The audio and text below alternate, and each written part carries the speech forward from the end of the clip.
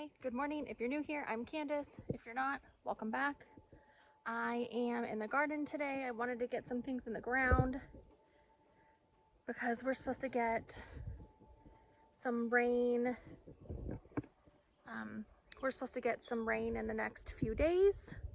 So I wanted to come out here and take advantage. We've got some things coming up. Katie wanted her 2 beds to be planted because she was here. So she's got some things going in that bed. And this one we have broccoli that have gone to seed. So I'm just gonna, they didn't even really have time to set florets or anything before they went to seed. So once they put off these little pods, once those pods are dry, I will go ahead and just save these seeds for next year. And then that way, and we still have plenty, they're not taking up too much space and they're kind of leaning towards the edge of the bed. So we'll have plenty of space to put stuff in here. The leeks are looking a little sad, so those might have to come out soon. And then we have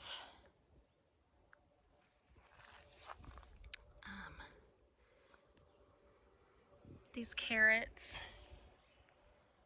that haven't really rooted up yet. So we'll see what beds I'm gonna plant in today are those 2.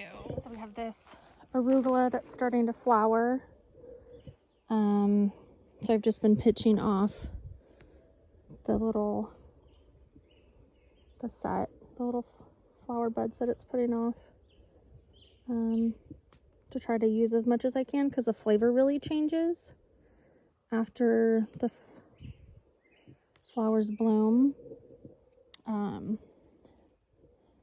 shit, there's a flower down in there that's opened up already.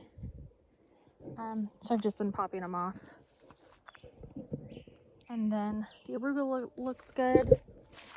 We have some greens. And basically, since it got so warm so quickly, I'm just going to use all of these brassicas as like that lettuce we can use that it's opening up, and we've harvested some. But those Brussels sprouts aren't going to be setting any sprouts. So if they go to seed, then I can use the seed for next year.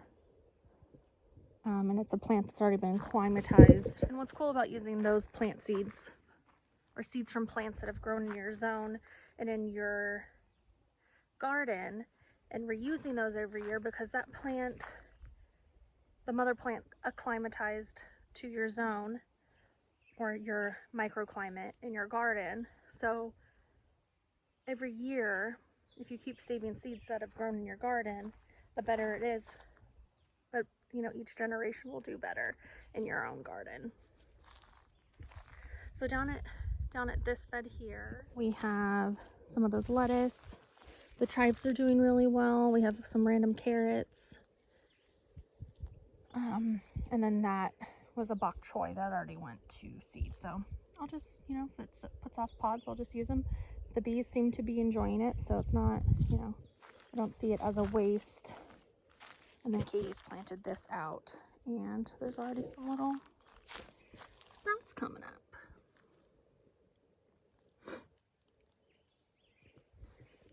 Yeah, so I figured I'd bring you guys along with me to kind of just intermix some of these seeds, and it's a really nice day and I just want to be in the garden, so I figured I'd take you along with me. So kind of what I'm thinking about planting today, I'm just kind of going to do a mix of herbs, plants. So I have mountain mint and basils. I have my basils. I have blue spice, cinnamon, genovese, lemon, and Thai holy basil. And then mountain mint. I have an old packet that's almost done, and then a new one. So some zinnias, toothache plant, some cilantro, Actually, I don't think I'll plant the cilantro because it's too hot already.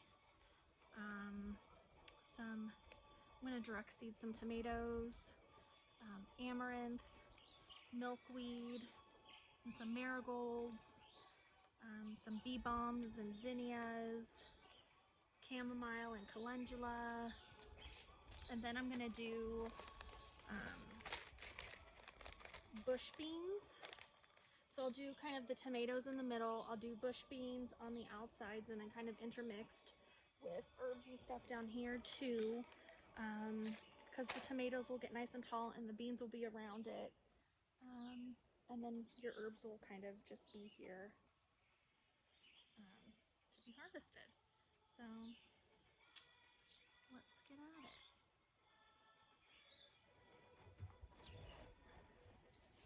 His prairie fire,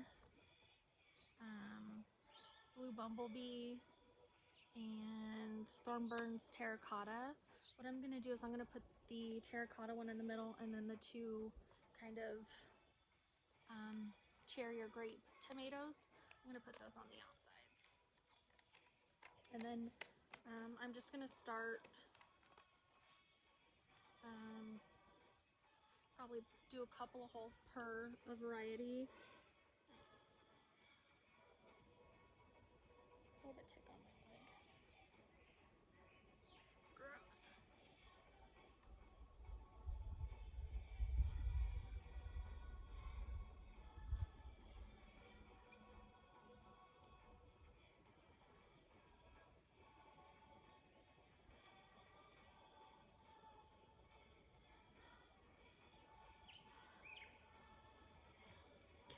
Okay, sorry, got distracted.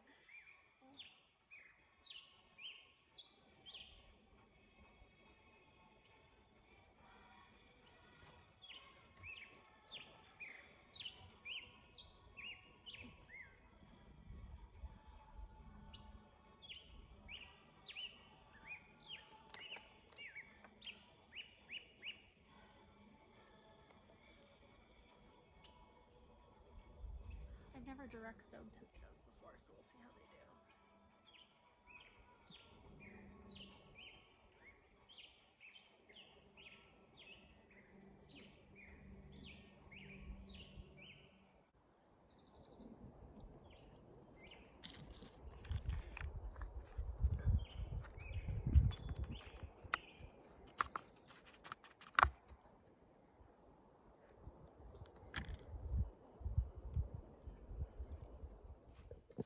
So I am done gardening. I decided I'm going to sow these basils and the mint in their own little pots, so they can take over that, and then I'll kind of transplant it in an area once we have the front down done. I used up a few seeds, so hopefully, sorry, I'm distracted. I used up a couple packets of seeds, so hopefully I will get these reordered if I like how they turn out this year.